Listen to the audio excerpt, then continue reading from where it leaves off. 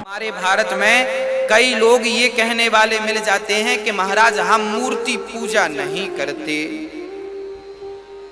मूर्ति पूजा नहीं करते। वाह, तो फिर अपनी माँ की तस्वीर कमरे में क्यों लगा रखी है?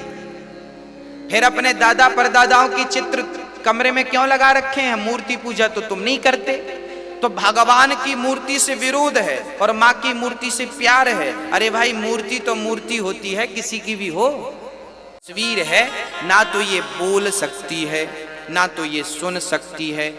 अब ये सुन नहीं सकती, बोल नहीं सकती, देख नहीं सकती। तस्वीर है, ना तो ये बोल सकती है, ना तो ये सुन सकती है।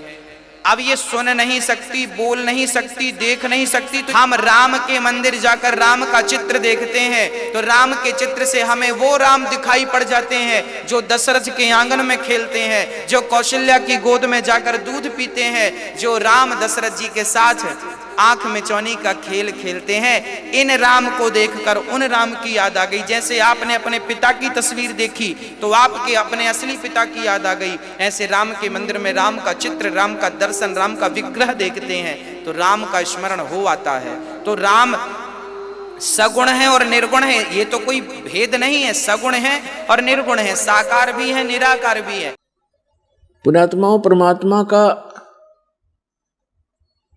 जो ज्ञान है परमात्मा ही करा सकता है। जीव अपनी शक्ति बल से या अपने अभ्यास प्रयत्न से परमात्मा को नहीं जान सकता। अगर ये जान सके होते तो हजारों वर्ष इन्होंने समाधि मेडिटेशन करके देख लिए। अब जो 2.5 घंटे सुबह, 2.5 घंटे शाम भक्ति करके मोक्ष का दावा करते हैं, वो खोखला दावा उनका। हजारों वर्ष उन्होंने इस शरीर में खूब टक्कर मार ली और लास्ट में कह दिया गॉड इज फॉर्मलेस, परमात्मा निराकार है, परमात्मा का केवल प्रकाश देखा जा सकता। तो परमात्मा नहीं देख सके वह, परमात्मा का जो प्रकाश देखा है तो परमात्मा बिना प्रकाश होगा किसका? वो तो ऐसा है जैसे ये शरीर है हमारा, ये ऐसा है जैसे किसी सरोवर तालाब के साथ में कोई मकान बना हो, कोई महल बना हो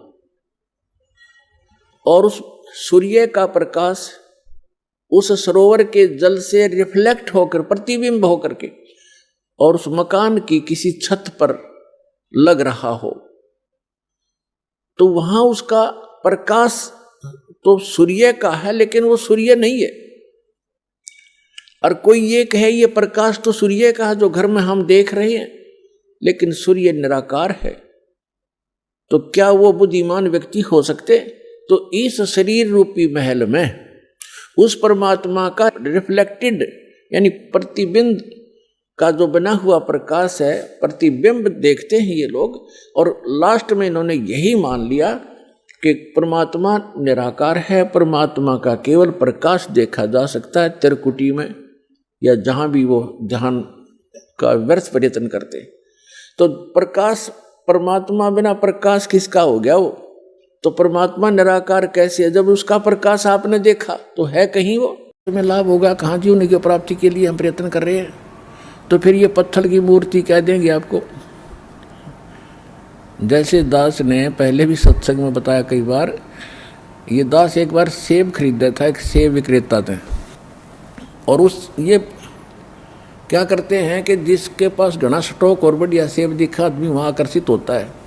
उसने जहाँ उसने एक बना रखी थी रैक सी, उसमें नीचे तो ओरिजिनल सेब थी, ऊपर 2-3 उनमें रैक में पत्थर की इतनी गजब की सेब, उससे भी ओरिजिनल से भी सुंदर मूर्ति बनवा कर नो की नो आकार 10-12 रख रखी। तो शाम के समय उसकी जो सेब शाब थी सब छांट के ले जा, जितनी बची हुई में थे छांटे सब, उनमें जो बच जा बढ़िया पा जा। तो दास ने भी कुछ सेब खरीदनी थी, वो सेब अच्छी थी नहीं। मैं कहने लगा भाई ये दे दे, ऊपर वाली तार गए। ने बोला ये नहीं देनी। मैंने सोचा भाई तू पैसे 2 रुपये फालतू ले ले, बढ़िया माल तो दे दे, ये देनी नहीं ना। मैंने सोचा भाई क्यों नहीं देता। उसने उठा के बाद मेरे उतार के मेरे तीन दे दी, गिले पकड़े, और मेरे हाथ में इतना भारा पत्थर वो, और तरह गजब। और दिखे उस ओरिजिनल सेब से भी सुंदर कलर, इतना शानदार बना रखी हुआ पत्थर की। तो कहने का भाव दास का ये है कि उस पत्थर की मूर्ति तो सेब के गुण बताती है, कैसी सेब है। अब उस मूर्ति की ने घर में लिया हुआ और उसने धर ले, और सेब का गुण नहीं दे सकती, वह सेब में लेनी पड़ेगी कहीं मिलोचे। तो परमात्मा बताना चाह रहे हैं कि जो तू ये घंटी बजा पीतल के इन घंटी मूर्ति आ गए, या श्री कृष्ण नहीं है, मूर्ति है उसकी। और श्री कृष्ण तो बात बनेगी, वो बताओ तू स्वर्ग में, मेरी यहाँ टिंडे लेना है तो मथुरा में है, अकल मारी जा रही तुम्हारी। सुख के सागर राम है दुख मोचन होई, और पत्थर पानी प्रतिमा से कोई तेरा नहीं कोई।